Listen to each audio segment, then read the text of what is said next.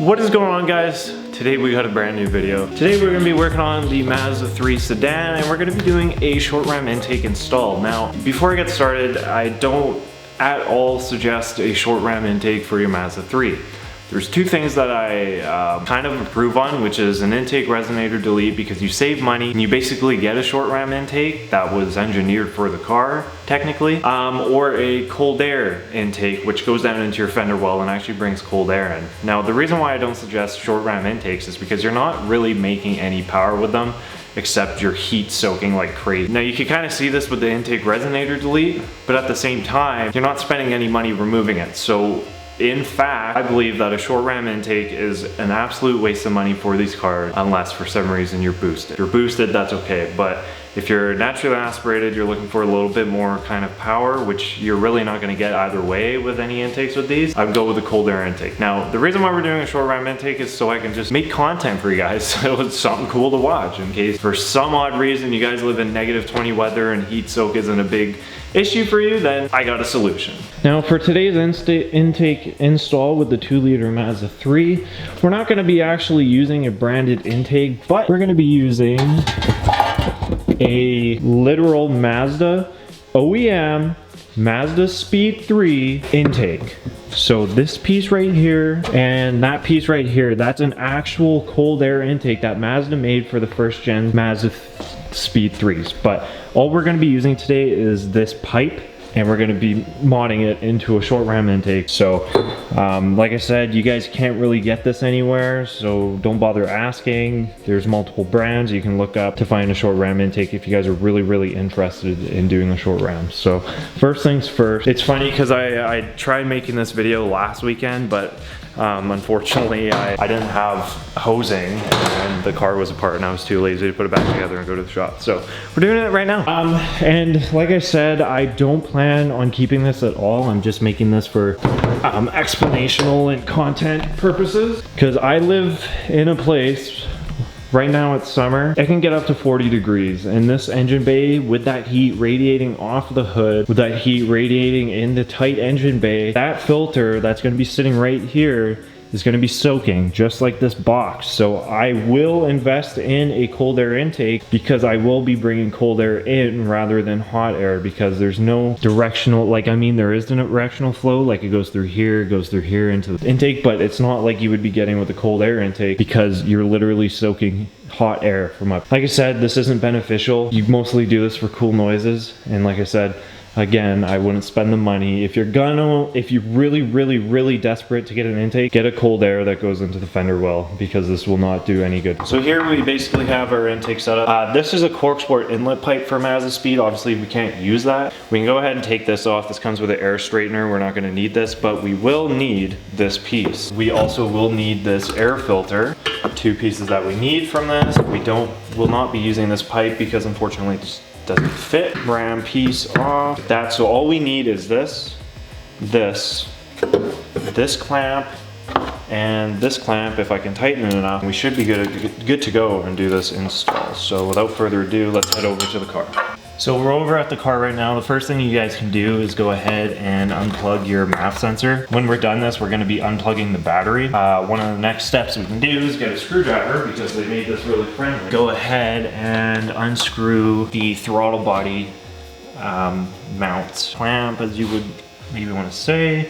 The next step here is that we're gonna wanna unclip the box, the top end of the box, so that sits loose, and then obviously we have this. So there's a couple ways you guys can do this. You guys can pinch this and pull. That was actually quite easy. Sometimes it's not that easy, and then which should leave us with literally just pulling this right off the throttle body, just like that. You have the top piece of your intake off, then you have the box down here, which is really straightforward to pull. So there's a couple grommets that hold it in from the bottom. You literally just tug on it from that corner and this corner, and this whole box comes out. Now, if you guys have done your intake resonator delete, you guys know what I am talking about. So now that we have this all out of the way, we're pretty much ready to do our intake, except up here. So you guys can't really see back here, but in this direction, this hose connects to your PCV line, in the back. So we're gonna pull that off because we're gonna be doing our own hose routing. So first thing that we're gonna wanna do is go ahead and I'm going to actually slip this over first. That on there nice and tight. And I'm gonna take this and I'm gonna take a flathead. And now that's really tight on there. And we can put this on there with our clamp that I just bought, nice new and shiny. Slide that right in. And you guys will want it to sit, I want it to sit approximately this way so the filter has enough room, which actually what I'll do is I'll stick the filter on right now to make this easier. And then I can go ahead, put the pipe in and kind of guess where I would like this to sit. I mean, you're bringing in all this heat and it's just going right here. And like I said, even that airflow is kind of missing out. Obviously the other short rams are kind of made different. They kind of sit about right here, but you guys get the idea what I'm trying to get at. I'm gonna tighten the filter. And now what we need to do is go back to our stock air box and we need to pull our MAF sensor out. Just 2 screws. And when you're pulling this out, make sure to give it a nice smooth tugging motion. And we can pull these 2 screws out, just like that. And then we can take our MAF sensor, and again, it's nice and just rotate it into place.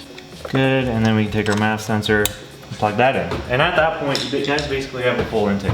Like I said, we need to go back here and pull this off, pull that hose off. And now since we've done that, I have some, they call this heater hose, kind of somewhat braided because you don't want it to crush on corners, which we will be doing. And so what we'll do here, grab one end and we're gonna measure how much.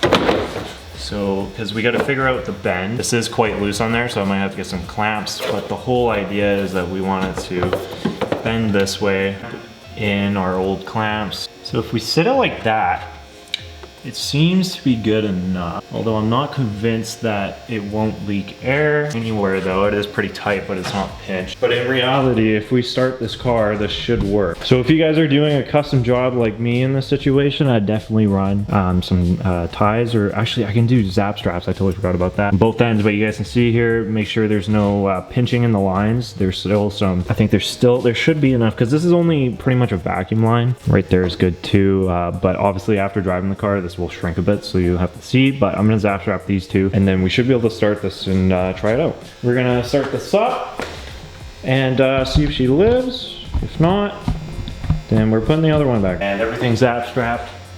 That's a little tight, but should be good to go.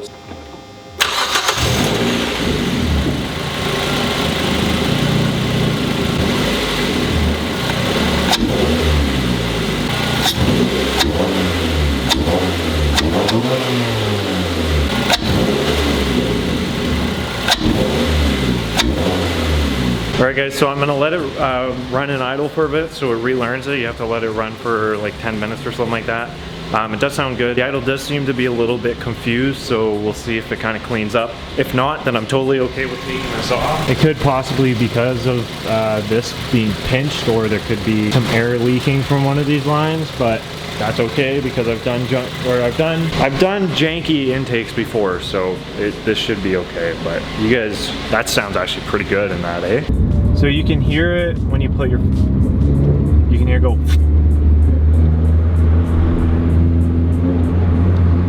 Especially when you shift gears. So I used to run a Cork Sport short ram intake before. I can feel the decels a little harder now. And at lower RPM, the short ram intake does have less power. My foot oh, it misfired. See if I can kind of get a second squirt.